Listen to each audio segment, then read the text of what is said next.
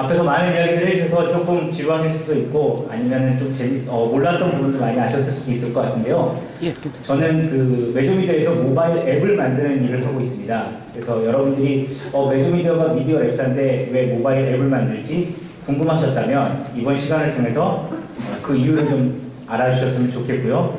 혹은 이미 알고 계셨다면 그 모바일 앱들이 어떻게 광고에 사용할 수가 있지, 광고에 그 매체로 사용될 수가 있지 라는 부분들을 들어주셨으면 하는 바람으로 자료를 만들었습니다. 앞서서 많은 분들이 이야기를 하셨는데요. 그동안의 많은 광고 캠페인들은 독창적인 크리에이티브나 혹은 대규모의 예산 집행을 통한 매스 마케팅에 의존을 해왔었습니다. 그런데 최근 들어서 그 밀레니얼이라고 하는 그 2000년대 이후 세대들에게 접근하는 방식들은요, 기술과 미디어가 결합된 형태 혹은 기술과 광고가 결합된 형태로의 캠페인들이 굉장히 많이 진행이 되고 있습니다. 대표적인 몇 가지 사례를 말씀드리면 이건 디즈니랜드죠. 디즈니랜드에 가면 예전에는 볼 수 없었던 매직 밴드라는 그 손목형 팔찌를 제공을 해주고요. 입장을 할 때 저런 기기에다가 이렇게 갖다 대면 먼저 입장할 수 있거나 다른 특혜를 제공한다든가 아니면 물건을 살 때 이걸로 결제를 할 수가 있죠. 사실 어떻게 생각하면 우리나라에는 이미 워터파크에 있는 배지이기도 합니다. 그냥 워터파크에서 수영장에 들어가서 뭐 사 먹을 때 이렇게 갖다 대면 되죠. 그런데 워터파크에 있는 그 손목 팔찌와 다른 점이 있습니다. 저들은 저기서 찍은 데이터들을 분석을 한다는 거죠. A라는 놀이기구에서 B라는 놀이기구로 갔고 B라는 놀이기구에서 C라는 놀이기구로 갔고 C라는 놀이기구로 끝난 다음에 먹으러 갔다. 이런 정보들을 저장을 해놓고 있고 분석을 한다는 점이 디지털 마케팅에서의 활용과 그냥 저희의 워터파크의 차이점이라고 할 수가 있겠죠. 뭐 나이키 퓨어맨은 너무너무 유명한 브랜드와 기술이 결합한 사례라고 할 수 있고요.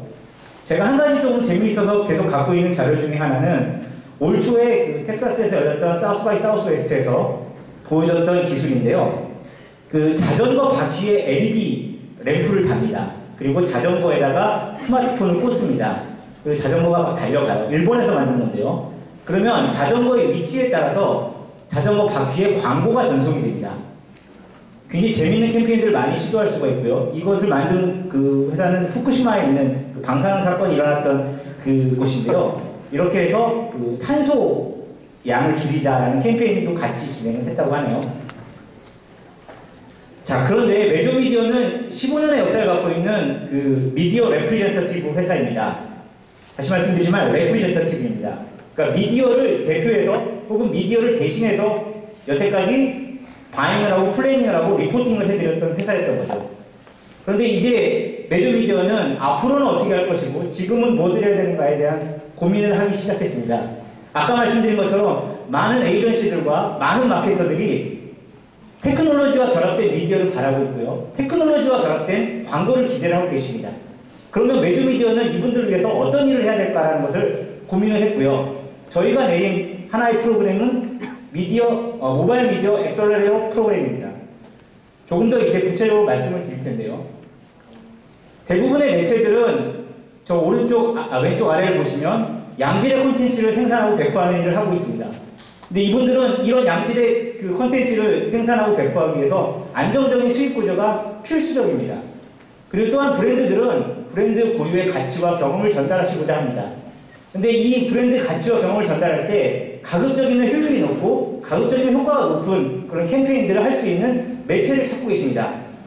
특히 아까 말씀드린 것처럼 최근 들어서 대형 포털이나 대형 SNS 서비스가 아니라 좀 새로운 데 없어? 라고 물어보시는 에이전시와 마케터들이 굉장히 많으시죠. 그리고 또 사용자들은요, 또한 역시 새로운 경험을 하기로 합니다. 흔히들 표현하시는 와우하는 경험이죠. 그 와우 경험들을 어떻게 제공할까라는 부분에서 저희 매조미디어가 고민을 하게 되었고요. 그 다음에 캠페인 같은 경우에도 좀 무분별하고 무차별적인 광고가 아니라 나에게 맞춰진 캠페인들을 제공받을 수 없을까라는 부분들을 기대를 하고 있는 거죠. 그래서 매조미디어는 몇 가지 시도를 해왔습니다. 여러분들 아시는지 모르겠지만 사실은 배달의 민족이 매조미디어가 외주로 개발했던 앱이고요. 올해 연초까지 저희가 그 외주 개발을 했습니다. 그리고 그 외에도 뷰티 카메라, 시간을 담는 카메라, 엄마콜, 최근에 연행신소라는 이런 크고 작은 앱들을 많이 만들었죠. 이 앱들을 만들면서 저희는 많은 기술에 대한 노하우들을 얻었습니다. 예를 들어서 모바일의 푸시 기술이나 아니면 타겟팅하는 기술이나 광고를 어떤 식으로 했을 때 유저들이 거부하지 않는다는 부분들을 굉장히 많은 시도들을 해봤고요. 그래서 구체적으로는 조금 아까 말씀드린 그 프로그램을 좀 저희가 그 앞으로 저런 경험들을 통해서 이렇게 가져가야 되겠다고 생각했습니다. 첫 번째, 서스테이너블한 미디어를 만들자. 그러니까 수익이 보장이 되면서 이것을 비즈니스 모델로 선순환시킬 수 있는 그런 미디어를 만들자는 얘기였고요. 두 번째로는 유저들에게는 차별화된 서비스를 제공해주자는 거였습니다. 많은 모바일 앱들이 그저 웹뷰 혹은 웹의 형태로 그냥 모바일 서비스를 제공하는 것과 달리 매조미디어가 만드는 앱 서비스는 완벽한 네이티브 앱을 만들자. 그리고 다른 앱에서 볼 수 없었던 경험들을 제공해줘야 된다는 그런 가치를 갖고 있었습니다. 그리고 마지막으로 마케터와 브랜드 매니저들을 위해서는 새롭고 효율 높은 미디어를 만들어 드리자라는 게 저희 매조미디어의 목표였습니다. 그래서 3총사를 만들었습니다. 첫 번째로 디스패치가 있었고요. 두 번째로는 이박차가 있었고, 지난달에 만든 것이 언더케이지라는 앱입니다. 각각의 매체들이 저희와 제휴할 때 당시의 상황을 잠깐 말씀드리겠습니다. 여러분들도 잘 아시다시피 디스패치는 국내에서 가장 논쟁적이고 핫한 엔터테인먼트 매체입니다. 여기 보이는 것처럼 김연아, 김원중, 소녀시대 태연, 뭐 중간에 헤어진 김연아도 있고, 다행이죠. 이승기, 유나, 원빈, 이나영, 뭐 이런 것도 있었고요. 이슈 특종 취재를 최근에 노홍철 음주운전 사진을 방송 말고 온라인 미디어 중에서 가장 먼저 보도를 하기도 했었고요. 이런 사건들도 취재를 했습니다. 그런데 디스패치의 고민은 뭐였냐면 포탈의 의존도가 높았습니다. 계속 포탈에서만 보고 자기네 사이트로 유입이 안 되고, 그 다음에 모바일에서는 어떻게 할 것인가, 그 부분이 저희와 이제 시작을 할 때 풀어야 될 고민들이었던 거죠. 두 번째로 이박차.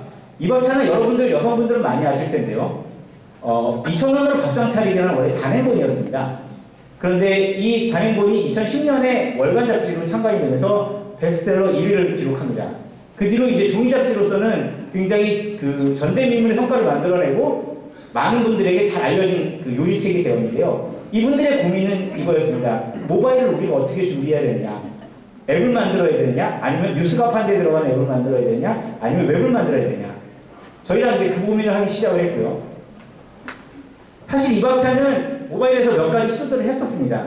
여기 보이는 것처럼 카카오 스토리에서 이미 65만 명의 그 회원들을 소식을 받고 있었고요. 카카오톡 플러스를 통해서는 120만 명의 회원을 받고 있었던 그런 상황이었습니다. 하지만 이러한 관계들이 비즈니스적으로 아무런 연결이 될 수가 없는 상황이었던 거죠.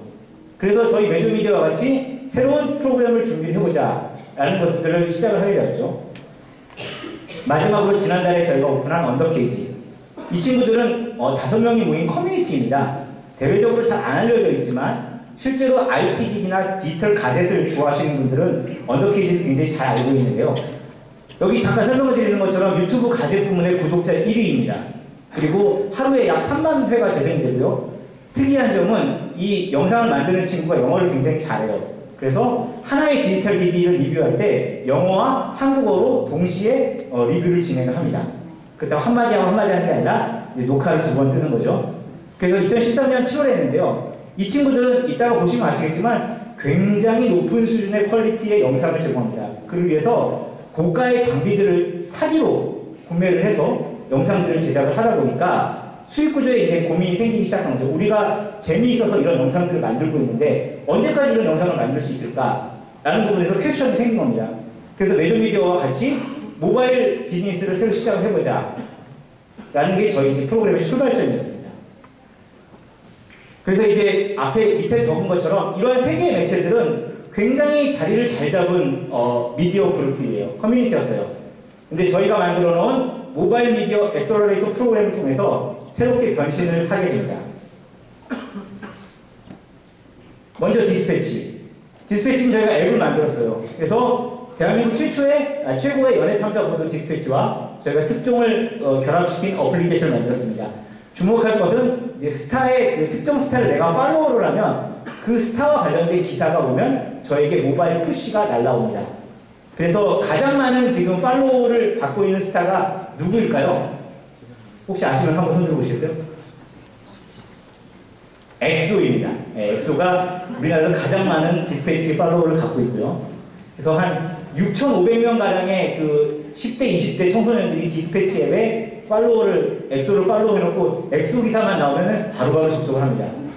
어떻게 생각하면요, 만약에 엑소의 팬에게 캠페인을 하고 싶으시면 이것만큼 좋은 앱이 없을 겁니다. 에이핑크의 팬클럽에게 만약에 캠페인을 하고 싶으시면 또 이것만큼 좋은 어플리케이션 없으실 거고요. 예. 자, 그러면 제가 퀴즈를 내겠습니다. 2등 팔로우 스타는 누구일까요? 맞추시는 분에게 선물을 드리겠습니다. 손을 들어주세요. 우리나라 스타일을 모르십니까? 손 들어보세요. 찍으면 선물 드린다는데 선물이 어디 있어요? 예, 저 뒤에. 예? 아닙니다. 김수현 아니고요. 막 던지세요. 네, 저기. 아, 미나 아니고요. 저도 좋아하지만. 저기. 벌써 아니라니까요. 제가 얘기했잖아요. 좋아하지만. 네, 저 뒤에. 배수지요. 예, 맞습니다. 제가 여기 상품을 갖고 왔는데요. 잠시만요. 진짜로 드린다니까.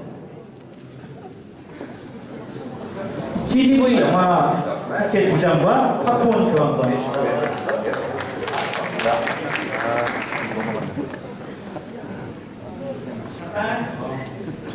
잠깐 우리 이박차 영상을 잠깐 보겠습니다. 네.